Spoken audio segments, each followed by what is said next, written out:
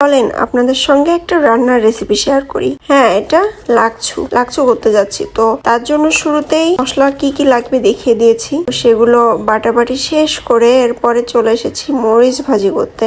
আর মরিচ ভাজি হয়ে গেলে সামান্য পরিমাণে দিয়ে দেবো তেল, আর সেই তেল গরম হলেই তাতে দিয়ে দেবো চ্যাপা শুটকি। কি শুটকি, চ্যাপা নাকি চাপা, যাই হোক, শুটকিটা হালকা একটু ভাজি করে নিতে হবে। আর ভাজি করা হয়ে গেলে এরপরে সেই তেলে দিয়ে দেব অল্প পরিমাণে জিরা, বেশি দেওয়া যাবে না কিন্তু। জিরাটা দেওয়া হয়ে গেলে বেটে রাখা আদা, পেঁয়াজ, রসুন, গোলমরিচ 7-8টা মতো নিয়েছিলাম। তারপর এগুলো ভাজি করে নিতে হবে। আর ভাজি হয়ে গেলে এর ভিতরে পরিমতো লবণ, হলুদ এটা দিয়ে আবারও নাড়াচাড়া করে নেব এবং এরপর দিয়ে দেব মরিচের গুঁড়া। হ্যাঁ, পর্যাপ্ত পরিমাণে মরিচের গুঁড়া দিয়ে দেব। আমার এই মরিচের গুঁড়াতে কিন্তু অনেক ঝাল আছে, এটা কিন্তু কাঁচা মরিচের গুঁড়া। এখন কথা হচ্ছে আপনি কেমন মরিচ খান তার উপরে নির্ভর করছে আপনি কতটুকু গুঁড়া দিবেন। যাই হোক, এটা ভাজি হয়ে গেলে এর ভিতরে আমি দিয়ে দেব মাংসগুলা। এটা ভালো করে ধুয়ে পরিষ্কার করে রেখেছিলাম। মাংসের গায়ে যে ভালো করে মশলাটা মাখিয়ে নিচ্ছি। আর মশলাটা মাখানো শেষ হলে অল্প পরিমাণে জল দিয়ে এটাকে কষাতে হবে। তো রান্নাটা কিন্তু অনেক মজার। রান্নাটা একবার করে খেয়ে দেখতে পারেন। চাইলে আমার মনে হয় রান্নাটার প্রেমে পড়ে যেতে আপনারা বাধ্য। চ্যালেঞ্জ দিয়ে বলতে পারি। অল্প পরিমাণে জল দিয়ে দিয়েছি আর জলটা দিয়ে কষাতে দিব।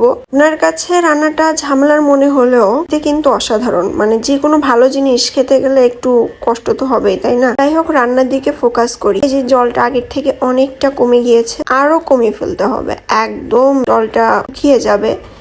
আর এরপরেই হচ্ছে আসল কাজ। নাড়াচাড়া করে আমি আবারও ঢেকে দিলাম আর এরপরেই ঢাকনা তুলে দেখুন তো মাংসের গায়ে কোনো জল নাই, জলটা পুরো শুকিয়ে গেছে। তো এরপর আমি অনেকটা পরিমাণে জল দিয়ে দেব আবারও। মাংসটা পুরো ডুবি থাকবে, এই জলেই মাংসটা সেদ্ধ হবে। জলটা দেওয়ার পরে হালকা গরম হলে তখন আমি একটা লেবুর অর্ধেক পরিমাণ রস দিয়ে দেব। মাংসটা সেদ্ধ হবার জন্য আমি ঢেকে দেব আর মাঝে ঢাকনা তুলে একটু নাড়িয়ে চাড়িয়ে দেখব। তো মাংসটা দেখতেই পাচ্ছেন আগের থেকে জল অনেকটা কমে গেছে। মাঝে আমি এরকম ঢাকনা তুলে বেশ কয়েকবার নাড়িয়ে নিয়েছি। যে আমার মাংসটা সেদ্ধ হয়ে গেছে। সেদ্ধ হয়ে গেলে আপনি বুঝতে পারবেন। জল ঝারিয়ে আমি মাংসগুলো নামিয়ে ঠান্ডা হতে দেব। আর এই যে কড়াইয়ে দেখতে পাচ্ছেন এক্সট্রা যে জলটা আছে, এটা আমি স্যুপ হিসাবে খেতে পারবো। এটার ঘনত্ব কিন্তু অনেক। এরপর মাংসটা ঠান্ডা হয়ে গেলে আমি মাংসগুলো কুচি করে নেব।